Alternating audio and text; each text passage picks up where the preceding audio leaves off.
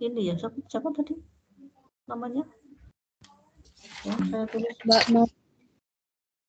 Novi. Mana tadi?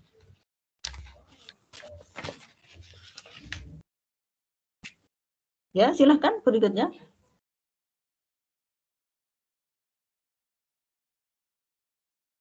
Yang tadi namanya siapa, Mbak?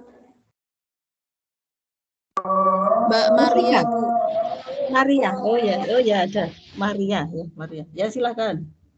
Yang berikutnya. Apa keunggulan dari pertanian organik? Ini.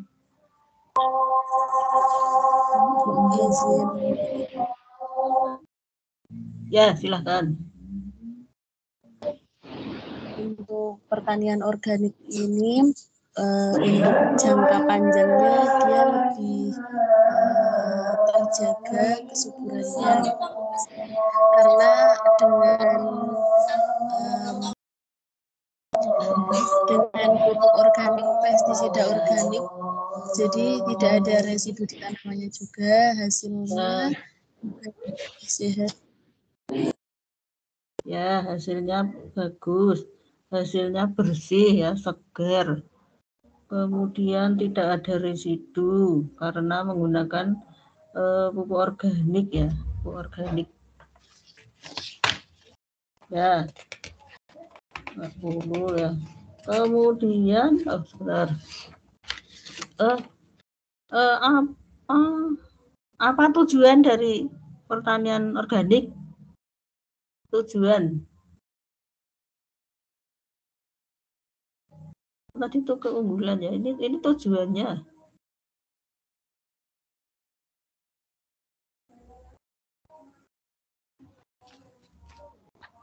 Ya, sambil dilihat. Dia ketemu.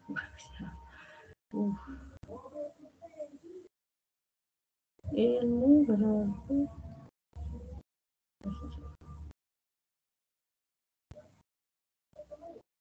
sambil absen ya, bentar ya. 21 kurang 1. Ibu, mohon maaf, saya Selrina kesulitan absen, Ibu. Siapa? Oh, Selrina ya, ya. Iya, Ibu. Tadi wifi-nya error. Kasih, Ibu. Ya, sudah berarti dua-dua ini. Ya, silakan. Yang mau menjawab? Pertanian organik. Tujuannya ya tadi.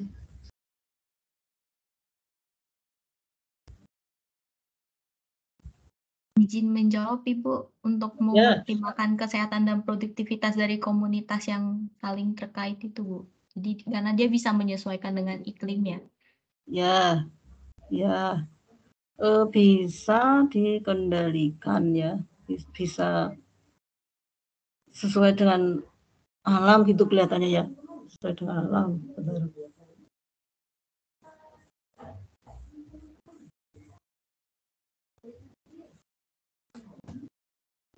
Ya, ada beberapa sebetulnya. Sebentar, saya juga baru hari ini. Mana ini?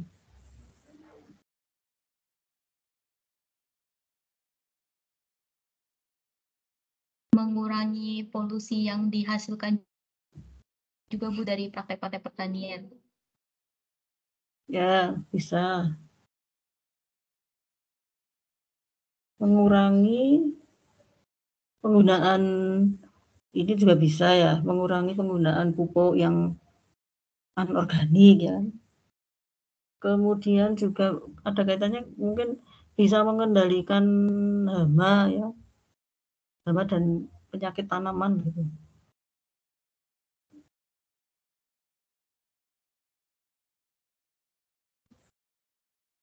Ini kemana? Oh, sebentar. Yang lain lagi mungkin ini sekarang ini.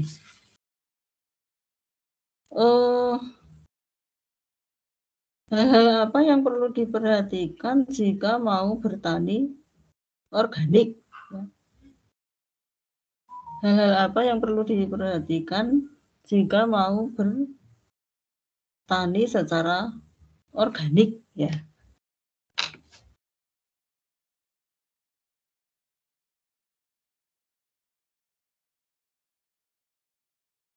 Oh, sebentar.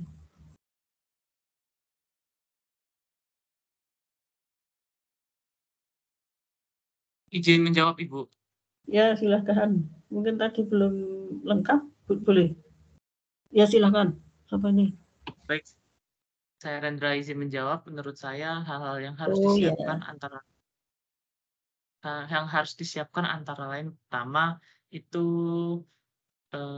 jenis pupuk yang digunakan. Hendaknya pupuk yang digunakan itu adalah pupuk organik, semisal pupuk kandang, pupuk serasah, atau pupuk kompos. Lalu bisa juga disiapkan tanaman yang alami, bukan tanaman termodifikasi atau genetically modified organism. Lalu yang ketiga itu lahan yang digunakan itu hendaknya bebas dari pencemaran tanah atau polusi. Kurang lebih seperti itu, Ibu. Ya. Ya, diperhatikan ya, pupuknya harus organik, ya. Kemudian jenis tanamannya tadi mestinya disesuaikan dengan permintaan tadi, ya, sehingga nanti harganya bisa dikendalikan, supaya kalau kelebihan tidak jadi busuk gitu, ya. Dan biasanya harganya itu jadi mahal, ya kan, hasilnya bersih, karena hasilnya tadi bersih, ya. Kemudian lahan yang digunakan, ya, biasanya kalau yang kemarin dikunjungi itu disesuaikan atau dikaitkan dengan para petaninya, ya. Petaninya itu di kelompok-kelompokkan gitu, ya. Jadi ada kelompok tani begitu kelihatannya, ya. Ya, kurang lebihnya itu, ya. Ya. Kemudian sebetulnya masih ada kaitannya dengan ini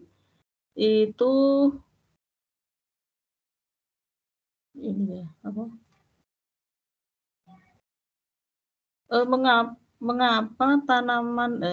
Mengapa ada istilah di pertanian organik itu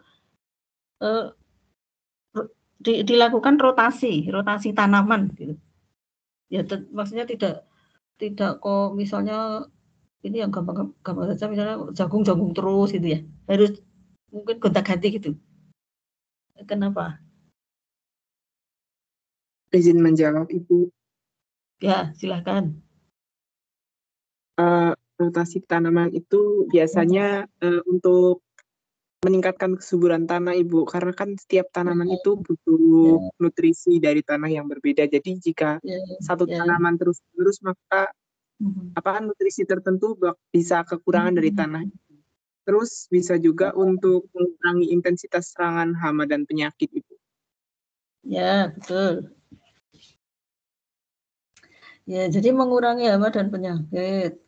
Kemudian tanahnya bisa menjadi subur, ya. Mungkin kalau habis ditanami kedelai itu justru banyak akar-akarnya kan banyak mengandung itu bintil akar, ya. Dia kan banyak nitrogennya, ya. Jadi setelah kedelai ditanami gitu jadi subur gitu, ya. Ya, kemungkinan itu.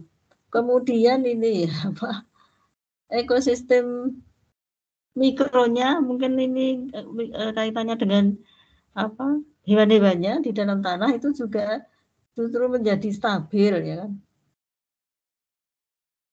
Ya, justru menjadi stabil, kemudian hasilnya itu ternyata atau produksinya itu bisa memenuhi kebutuhan pasar.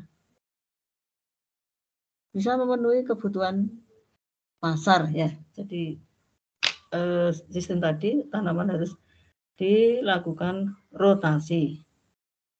Ada lagi mungkin ini pertanyaannya, mungkin ini istilah tanah subur itu yang bagaimana, ya? Tanah yang subur, silahkan dicari istilah tanah yang subur.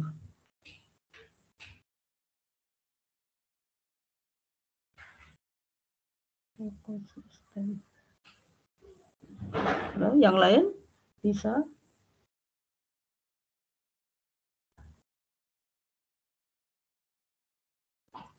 Izin menjawab, Ibu. Ya, silakan. Mungkin yang tanahnya yang mendukung pertumbuhan dan produksi tanaman, Bu, jadinya di kandungan dalam tanahnya itu punya sifat fisik, kimia, dan biologisnya itu dia mendukung pertumbuhan dan produksi tanaman ya, Bu? Ya, betul ya. Tanah tersebut memiliki sifat kimia, biologi yang mendukung pertumbuhan dan produksi tanaman, dan kemungkinan adanya berbagai hara di dalam tanah. Mungkin istilahnya ya unsur-unsur haranya itu lengkap gitu ya, jadi subur gitu. Unsur-unsur hara. Kemudian ini yang pertanian yang non organik itu kan banyak menggunakan pupuk anorganik ya. Kemudian bisa menimbulkan residu. Nah, ini akibat dari residu itu apa ya kira-kira? Akibat dari residu yang ditimbulkan oleh pupuk anorganik. Apa kira-kira ya?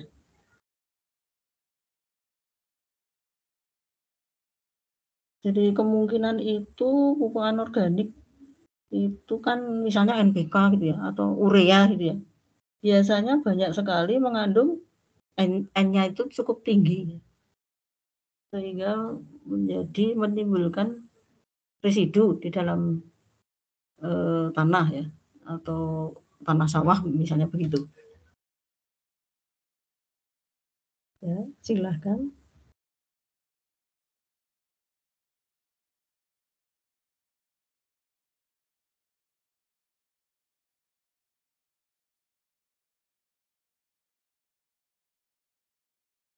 Standar dasar.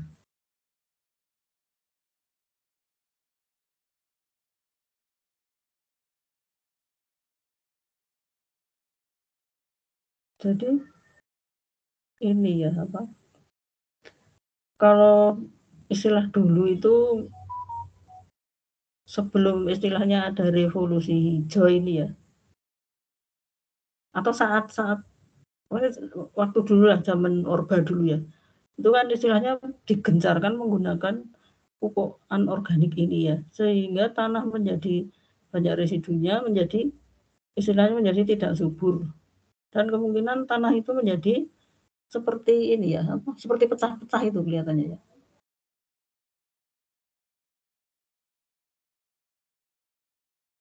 Nah itu sebentar, akibatnya apa saja coba akibatnya selain tanah menjadi tidak subur?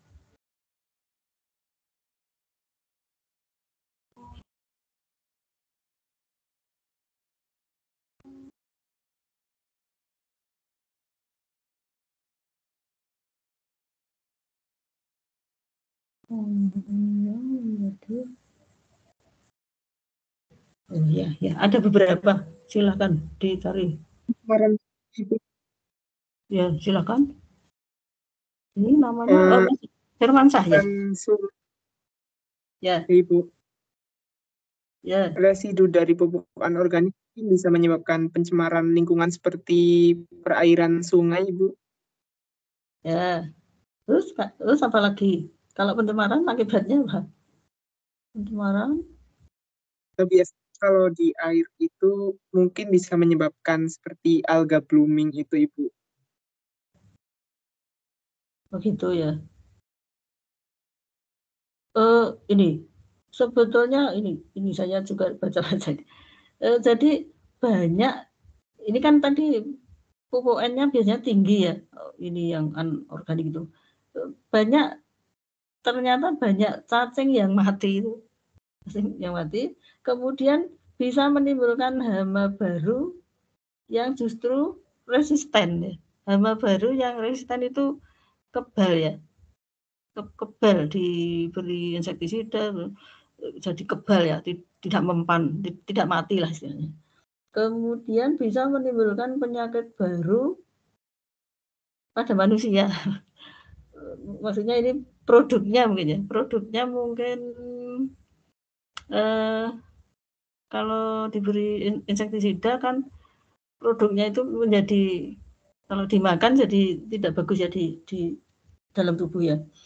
Kemudian juga ini dikatakan pangan yang mengandung nitrat, tadi kan N-nya tinggi ya, itu bisa menimbulkan kanker.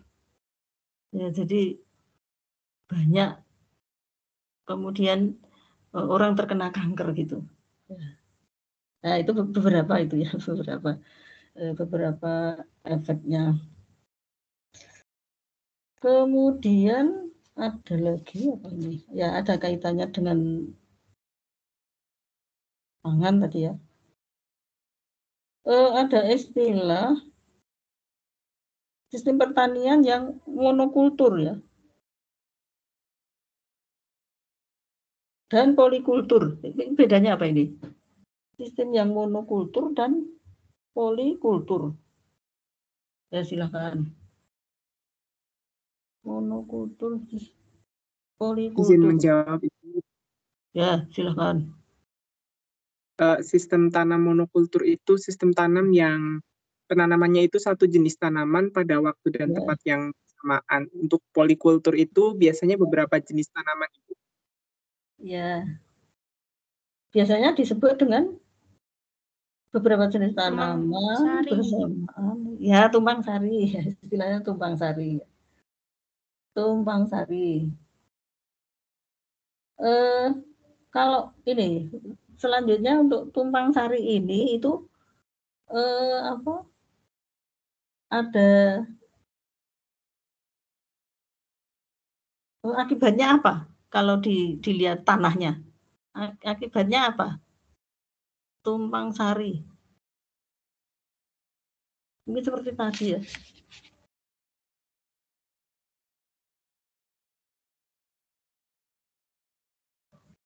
Biasanya itu ini ya, misalnya kedelai dengan jagung, kemudian apa gitu ya, tanaman sawit mungkin dengan apa gitu ya. Nah itu, atau yang tanaman-tanaman semusim saja, ini sebetulnya tanahnya menjadi subur ternyata ya. Tanahnya menjadi subur karena ada istilah di tanaman yang berdekatan itu, ada istilah maksudnya dilihat dari morfologi akarnya, ada akar itu yang cukup dalam gitu ya. Tapi ada tanaman yang akarnya cukup dalam dan ada tanaman yang akarnya itu di dekat permukaan saja. Nah, jadi ini sebetulnya yang banyak memacu aerasi itu loh. Jadi tanahnya maksudnya banyak oksigennya gitu ya. Banyak, ternyata menjadikan subur gitu. Ya, tanahnya menjadi subur istilahnya. Kemudian kalau dilihat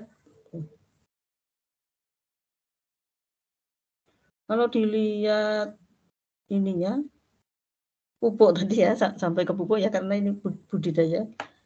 Apa kelebihan dan kekurangan pupuk yang organik? Ada yang tahu? Kelebihan dan kekurangan dari pupuk organik. Ya tadi pertanian organik ya. Ada beberapa kan?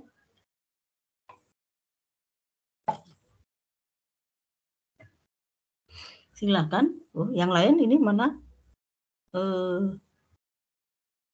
Ganti yang lain.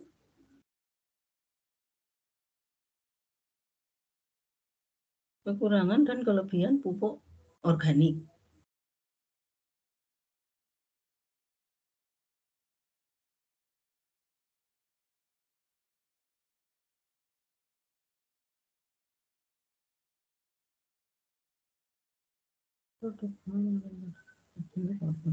Mungkin kekurangannya kandungannya lebih rendah, Bu. kandungan unsur haranya. Ya, karena apa? Oh, ini siapa ini Mbak? Siapa? Selrina ini? Iya, Siapa? Ibu. Oh iya, ya. Selrina. Kandungan darahnya lebih rendah dari yang anorganik. Bisa ya. Terus apalagi kekurangannya ya? Izin menjawab Ibu. Ya, boleh. Kekurangan dari pupuk organik itu penguraiannya lambat Ibu. Jadinya istilahnya kayak slow release gitu. Jadi kebutuhan nutrisinya jadi lambat terpenuhinya gitu Ya, daripada pupuk organik. Ya, lama ya. Iya. Proses pembentukan pupuk organik itu cukup lama ya, cukup lama.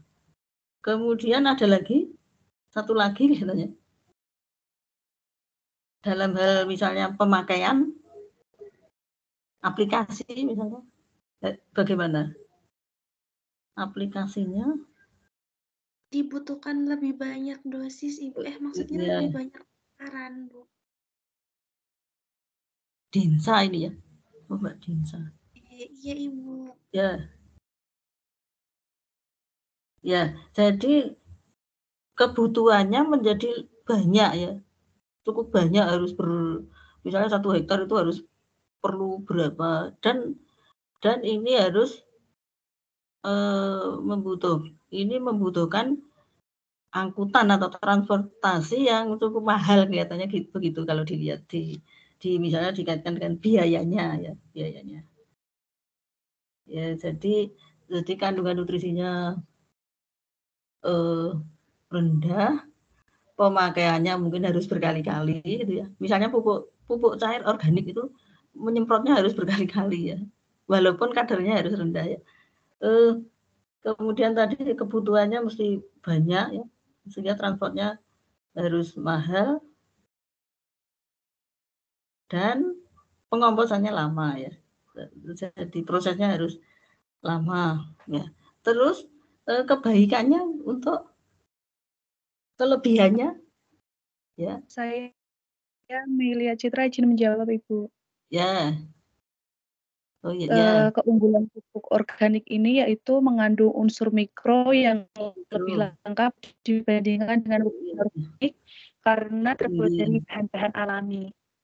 Nah, unsur mikro ini nanti akan meningkatkan aktivitas mikroba di dalam tanah sehingga tanah menjadi lebih subur. Ya, jadi ya betul. Bisa memperbaiki sifat fisika, kimia dan biologi tanah kelihatannya. Jadi menambah aerasi, bisa lebih bisa mengikat air begitu kelihatannya ya.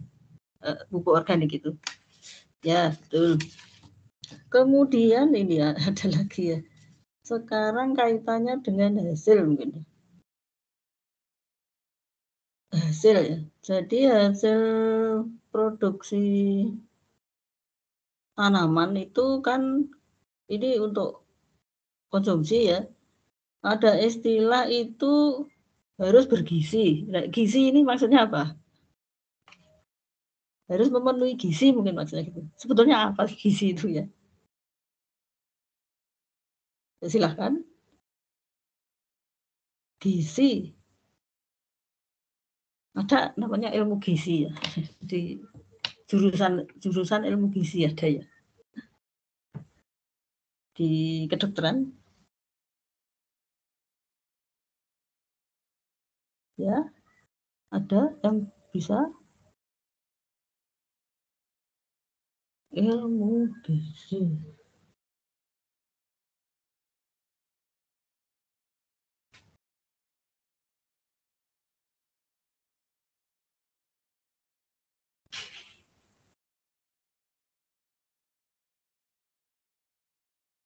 Apa ini?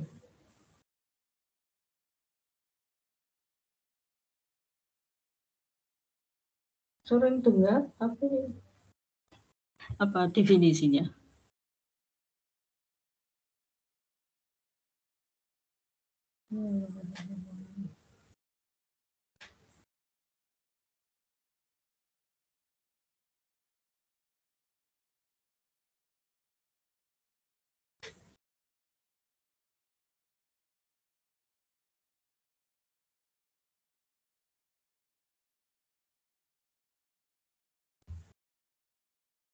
Oh, tidak ada, bisa.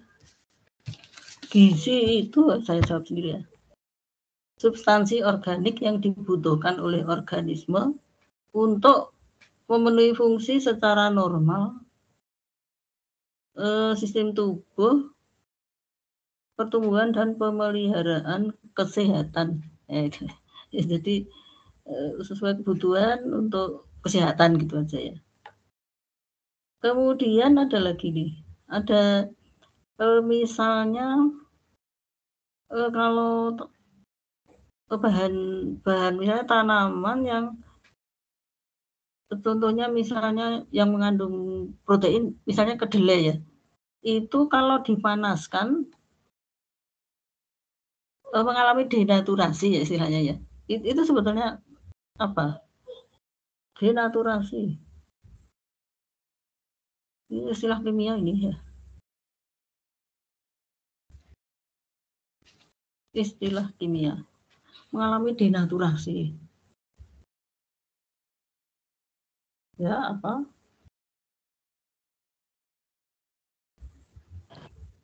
Ibu izin menjawab. Ya, silakan. Denaturasi protein adalah suatu proses pemecahan protein di mana hal ini terjadi perubahan kimia, fisik, dan biologi sehingga merubah sifat protein alaminya. Ya, jadi terjadi perubahan ya. Perubahan protein tadi atau istilahnya itu transformasi struktur protein yang berlipat gitu ya. Berlipat menjadi terbuka itu ini. Kemudian terjadi kerusakan molekulnya gitu ya. Jadi protein itu kan enzim ya. Atau enzim itu merupakan protein ya, hampir sama ya. Jadi makanya strukturnya jadi berubah ya. Kemudian ada lagi istilah ini. Kalau misalnya sayuran ya, itu kalau didiamkan saja itu kan lama-lama busuk, itu kenapa? Sebetulnya terjadi apa di dalam misalnya apa ya, sawi atau apa gitu. Busuk itu apa sebetulnya? Busuk.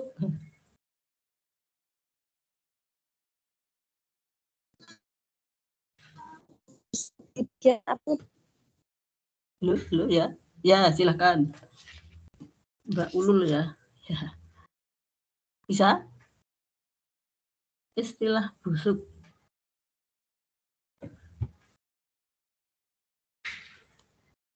Halo, bisa?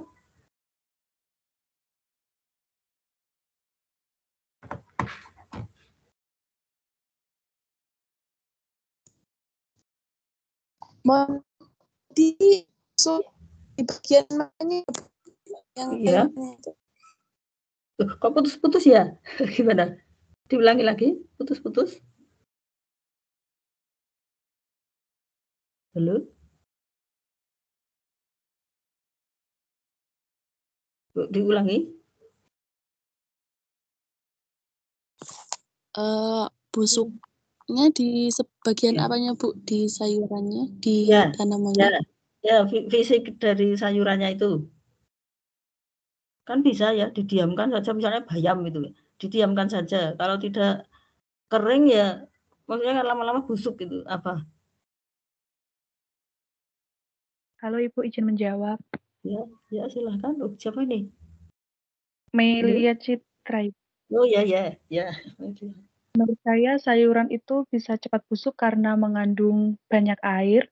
Nah, air di sini dapat mendukung pertumbuhan bakteri, di mana bakteri ini dapat melakukan proses metabolisme sehingga menyebabkan pembusukan pada sayuran. Seperti itu, Ibu. Ya, ada bakteri sebetulnya ya. Tetapi begini, ada lagi sebelumnya ya. Jadi bahan-bahan itu kan, ya contohnya ya sayur saja ya. itu kan sel-selnya itu kan banyak mengandung ya apa ya protein dan sebagainya sebetulnya.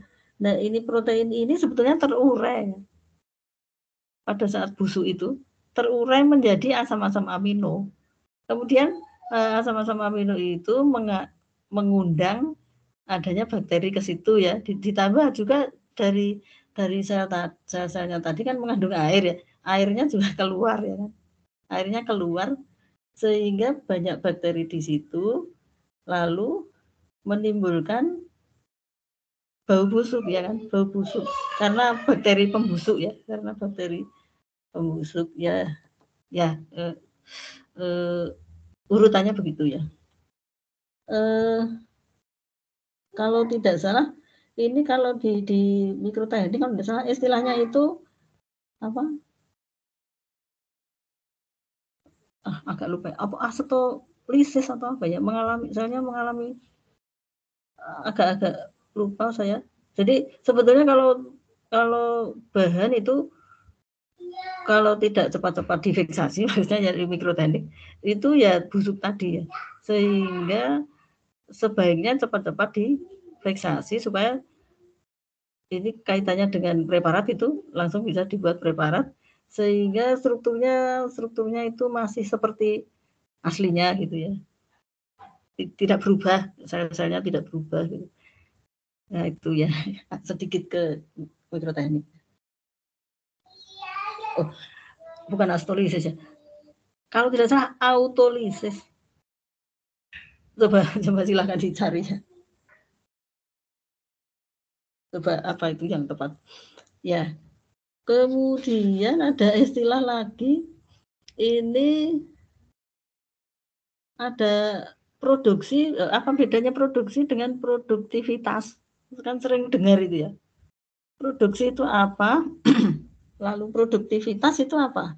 Kadang-kadang ini banyak yang nulis di proposal ya, agak kacau gitu ya kalimatnya ya. Sering sekali, misalnya dia bahannya pakai tanaman jagung, ya wah produktivitas ini jagung sekian, produksi jagung sekian, dan ini sebetulnya berbeda ya.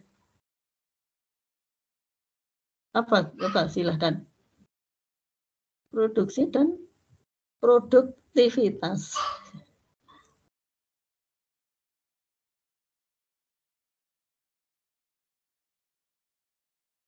Silahkan dicari.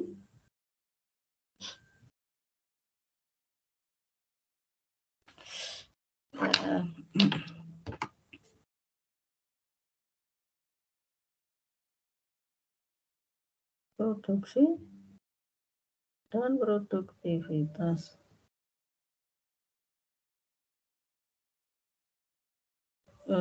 Ya silahkan.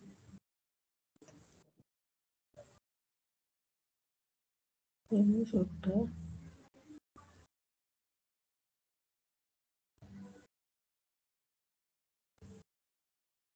Ada yang tahu? Izin menjawab, Ibu. Ya, silakan. Saya Rendra izin menjawab. Ya. Menurut saya produksi itu adalah jenis barang yang dihasilkan Ibu atau apa jenis substansi yang akan diperoleh. Jadi misalnya sementara kalau produktivitas itu adalah intensitas atau jumlah substansi yang akan diperoleh. Nah, misalnya kalau tanaman jagung itu berarti buahnya gitu yang akan didapatkan. Lalu kalau bisa produktivitas berarti total jumlah jagung total jumlah buah jagung yang akan dihasilkan Ibu. Ya betul. Ya, produksi itu adalah ini ya. Ya, bersama seperti tadi. Di sini kegiatan yang dikerjakan untuk menambah nilai guna misalnya ya suatu benda sehingga lebih bermanfaat dalam memenuhi kebutuhan produksi. Ya, ada kaitannya dengan itu ya. Menambah nilai guna, nilai manfaat misalnya gitu ya, produksi. Kalau yang produktivitas itu ada kaitannya dengan faktor mendasar yang nanti itu berkaitan dengan hasil. Hasilnya misalnya padi itu 54,4 ton per hektar gitu ya. Jadi ada kaitannya dengan hasil dan luasannya. Misalnya per hektar berapa, begitu ya kaitannya. Produktivitas ya. Ya. Kemudian satu lagi sajalah ya. Ada kaitannya dengan ini budidaya. Ini ada istilah benih yang bersertifikat itu apa? Mungkin syaratnya atau apa atau bersertifikat itu? Benih ya.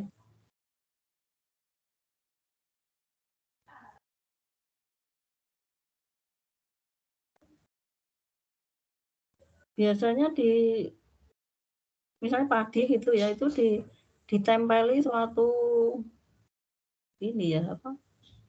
Syarat-syarat apa gitu. Benih bersertifikat.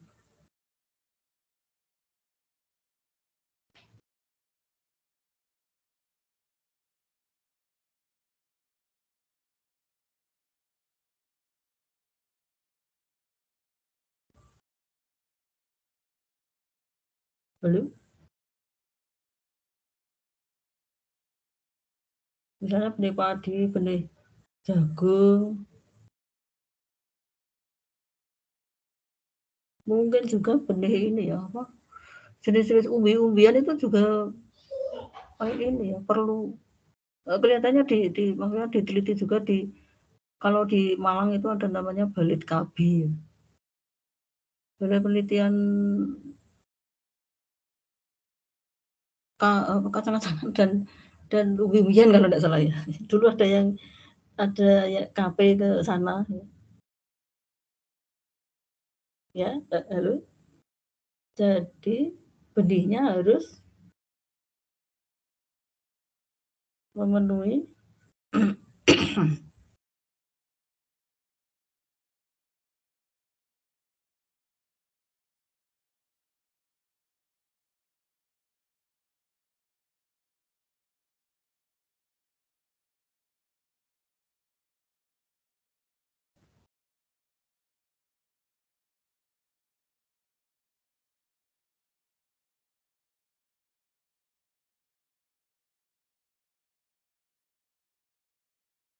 halo. Oh, mana ya?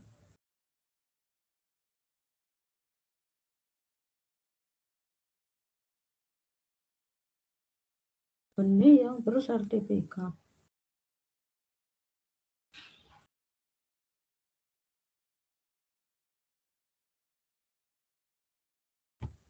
Ya.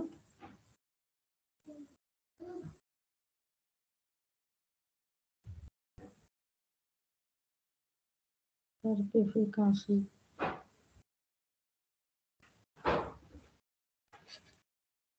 Jadi ini ya untuk maksudnya benihnya itu harus memenuhi kualitas mutu yang unggul ya untuk melindungi konsumen atau pengguna benih dari benih yang palsu ya.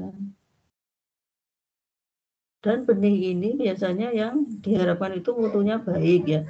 Nah biasanya di situ itu dicantumkan ini kalau tidak salah kadar airnya berapa gitu. Misalnya padi gitu. Jadi yang ditempelkan itu saya juga agak lupa apa saja yang di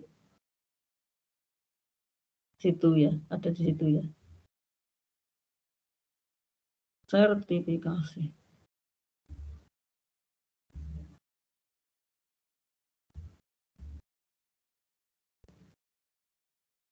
Mungkin itu ya. Atau mungkin ada yang bertanya? Silahkan gantian. Kalau bisa saya jawab, kalau belum bisa ya dicari dulu nanti. Ya. Izin bertanya, Ibu. Ya silahkan. Ya. Saya Rendra izin bertanya, kan kalau protein akan mengalami denaturasi apabila terkena panas berlebih. Berarti kalau misalnya kita makan tempe goreng atau tahu goreng, itu berarti nilai gizinya sudah hilang atau belum ya, Bu? Ya kelihatannya ya berkurang juga ya. Karena panas itu tadi ya. Maksudnya proteinnya menjadi berubah tadi ya. Karena panas. Ini berarti ya perlu diuji juga ya. Kalau misalnya di dalam bentuk tempe belum digoreng dengan yang sudah digoreng gitu ya. Iya, ada lagi? Atau ada yang bisa menambahkan? Halo? Kelihatannya ini ya tempe ya. Tadi saya juga baru melihat itu kentang itu kalau sudah digoreng terus digoreng ulang itu juga ternyata tidak bagus itu tadi gitu ya. Ternyata kok begitu. Kentang sudah dingin, sudah digoreng kemudian dingin. Digoreng lagi ternyata ada istilah tadi kok tidak boleh gitu dilakukan begitu. Kentang. Kemudian kemarin ada ini ya, misalnya sayur bayam ya kan. Dipanaskan lagi itu ternyata itu daun atau batang bayam itu kan mengandung C-oxalat ya, bentuknya kecil-kecil segitiga itu ya. C-oxalat itu sebetulnya racun ya istilahnya, racun yang dihasilkan oleh tumbuhan. Di sayur bayam dipanaskan lagi, kelihatannya itu menggumpal itunya, C-oxalatnya. Dan juga ini ya, ada bayam kan mengandung N juga cukup tinggi ya. Kalau tidak salah itu mungkin nitrat menjadi nitrit gitu kalau tidak salah ya. Coba silakan dibaca-baca lagi. Sehingga tidak bagus untuk dikonsumsi kalau dipanaskan lagi. Ada lagi mungkin pertanyaan? Silakan, satu lagi saja. Halo? Satu saja.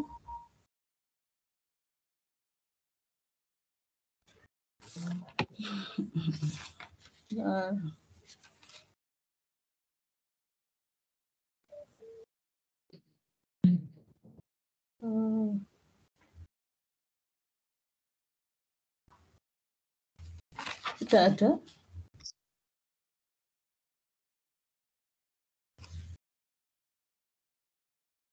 Halo? Izin bertanya lagi, Bu. Ya, silakan. Ya. Kan setahu saya kalau pertanian organik itu sisa-sisa hasil panen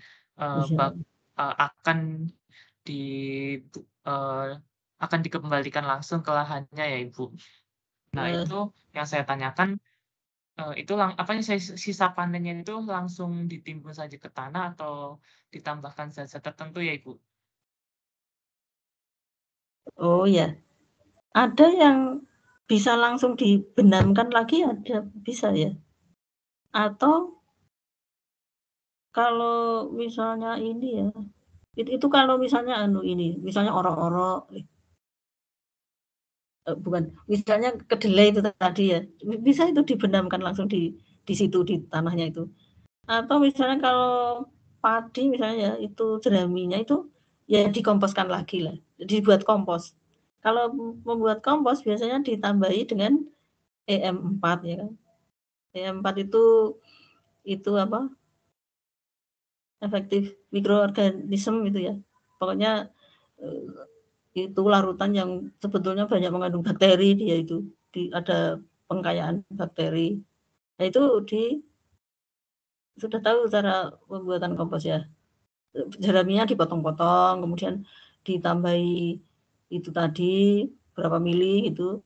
Mungkin ditambahi gula ya untuk menambah energi nutrisi bagi bakterinya itu.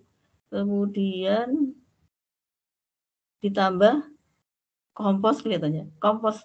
Kompos yang jadi atau sebagai starter itu ya. Kemudian ada caranya ya yang dibolak-balik itu, misalnya dalam suatu kotak gitu ya. Bukan, dalam suatu lubang tanah gitu bisa ya. Atau diberi alas seperti plastik gitu. Ada yang sistemnya itu dibolak-balik ya. Tapi ada juga yang didiamkan saja. Ya. Bahkan ditambahi lagi ya kalau sudah berapa minggu ditambahi jerami lagi, mungkin gitu bisa ya. Tapi kelihatannya yang lebih bagus itu yang dibolak-balik ya. Terus ini biasanya lamanya itu 1 bulan lebih, 1,5 bulan kalau tidak salah ya. Jadi kompos ini tandanya kalau sudah jadi itu baunya itu seperti tanah ya. Jadi justru wangi seperti tanah.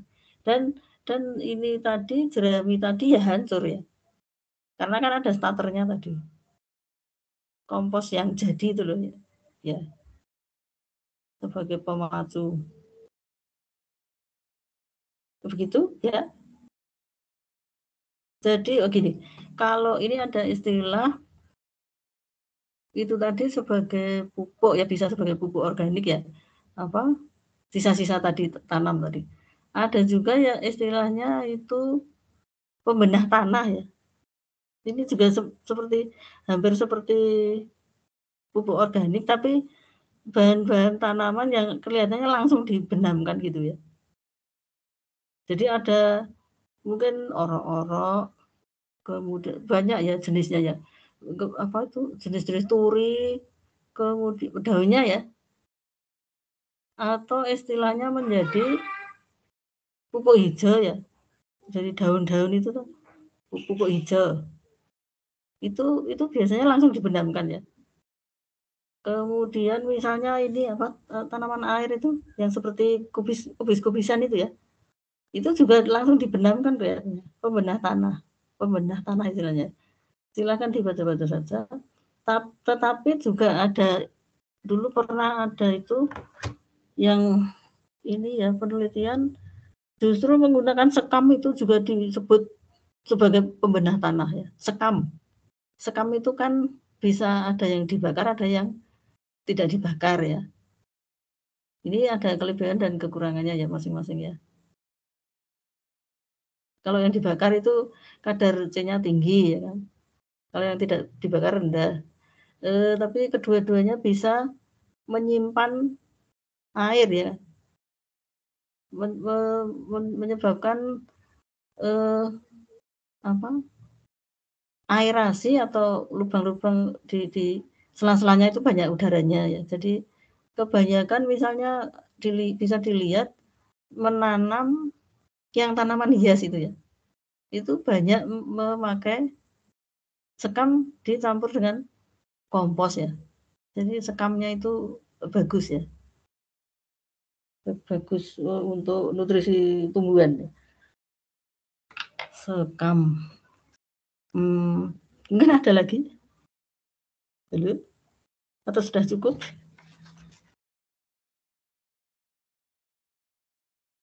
Sudah ya? Sudah 1 jam saja ya ini ya. Baiklah. Ya, terima kasih jawabannya Ibu.